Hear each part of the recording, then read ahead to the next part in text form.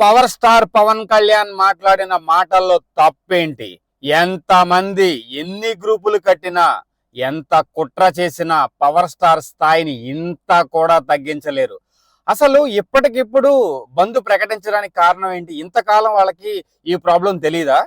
అది కూడా Harihara Veeramallu release date announce చేసిన తర్వాత మేము బంద్ ప్రకటిస్తున్నాం జూన్ 1 నుంచి అని చెప్పడం ఎంత హాస్యాస్పదంగా ఉంది. ఓకే, ప్రాబ్లమ్స్ ఉన్నాయి, ఎవరిని తప్పు పట్టడంలా, కానీ మీరు బంద్ ప్రకటించిన టైం రాంగ్. ఇది కోయిన్సిడెన్స్ అయితే అనొద్దు మీరు, ఎందుకంటే హరిహర వీరమల్లు డేట్ అనౌన్స్ చేసిన తర్వాతే మీరు బంద్ ప్రకటించారు. సో దాంట్లో క్లియర్ గా కనిపిస్తుంది సంథింగ్ ఏదో బ్యాక్గ్రౌండ్ లో జరిగిందని. ఇది కాదని ఎవరన్నా కానీ దానికి ప్రాపర్ రీజన్ చెప్పగలరా? చెప్పలేరు. ఎందుకంటే ఏదొక కారణం ఉంది కాబట్టే హరిహర వీరమల్లు డేట్ అనౌన్స్ చెయ్యగానే మేము జూన్ 1 బంద్ ప్రకటిస్తున్నామని చెప్పి థియేటర్ యాజమాన్యం బయటకు వచ్చింది. ఇది క్లియర్ గా కనిపించడం లేదా జనాలకి? ఎందుకు పవర్ స్టార్ ఇలా మాట్లాడారు? డిప్యూటీ సీఎం అయ్యుండి అని వైసీపీ కార్యకర్తలు, వైసీపీ వాళ్ళు మేమున్నప్పుడు ఇలా మాట్లాడాము, మళ్ళీ మీరు వచ్చిన తర్వాత ఇలా మాట్లాడుతున్నారు, హాస్యాస్పదంగా ఉంది. మీరు మాట్లాడేది హాస్యాస్పదంగా ఉంది. పవర్ స్టార్ ఎప్పుడు తన స్థాయిని దిగజార్చుకొని ఎప్పుడు మాట్లాడరు. ఆయన స్థాయి ఎప్పుడు ఉన్నతంగా ఉంటుంది. ఆయన మాట్లాడే మాటల్లో ఏంటంటే నిజాయితీ కనిపిస్తుంది. సో ఖచ్చితంగా సంథింగ్ ఉంది, కుట్ర చేస్తున్నారు అన్నదానికి సూచనలు కనిపిస్తున్నాయి. కాదని ఎంతమంది గింజుకున్నా అరిచినా నిజం కాకుండా పోదు కదా. నాకు అదే అనిపించింది.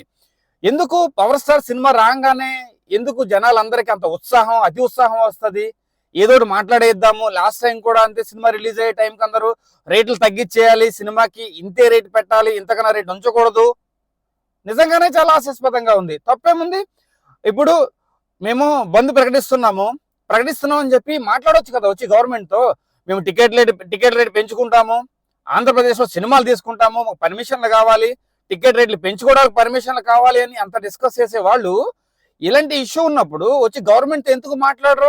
మీరు ముందర డెసిషన్ తీసేసుకొని, అంటే అసలు ఒక వెళ్ళి డిస్కస్ చేద్దాము, మాట్లాడదాం, మన ప్రాబ్లం చెప్దాము, సాల్వ్ చేసుకునే ప్రయత్నం చేద్దాము అని లేకుండా డైరెక్ట్ గా బంద్ ప్రకటించేశారు. అసలు ఇది ఎంత క్లియర్ గా తెలుస్తుంది అంటే దీంట్లో పవర్ స్టార్ మాట్లాడకూడదా?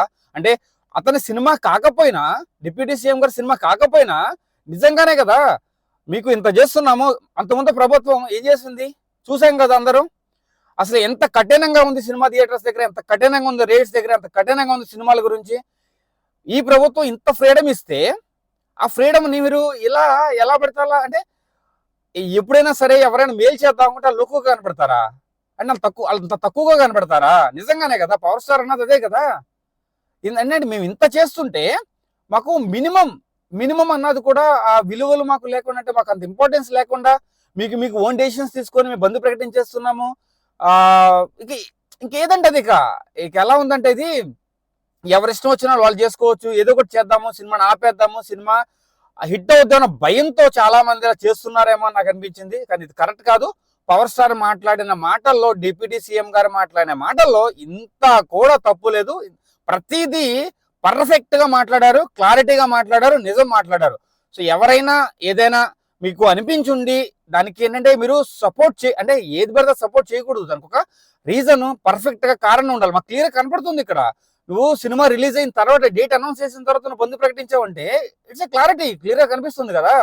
నువ్వు అసలు డిస్కషన్ కూడా పెట్టకుండా గవర్నమెంట్ తో మీరు అనౌన్స్ చేశారు అంటే దర్ ఇస్ సంథింగ్, మేము ఏదో ఆలోచన ఉంది కాబట్టి ఇలా చేస్తున్నారు. సో దాన్ని మీరు సమర్థించుకోవాలనుకుంటే సమర్థించుకోలేరు ఎవరైనా సరే. సో అదే మాట నాకు చాలా మంది వీడియోస్ చేస్తుంటే ఏందిరా ఇది, పవర్ స్టార్ మాట్లాడిన అంటే డిప్యూటీ సీఎం గారు మాట్లాడిన మాటలో తప్పే ఉంది, కరెక్ట్ గానే మాట్లాడారు కదా, అదే కదా జరుగుతుంది ఇక్కడ. సో నాకు కూడా అనిపించి మాట్లాడాలని ముందుకు వచ్చాను. సో నేను ఏదైతే మాట్లాడాలనుకున్నానో అది గట్టిగా మాట్లాడాను, కరెక్ట్గా క్లారిటీగా మాట్లాడాలనుకుంటూ జై Hind Srinivas, signing off. Thank you.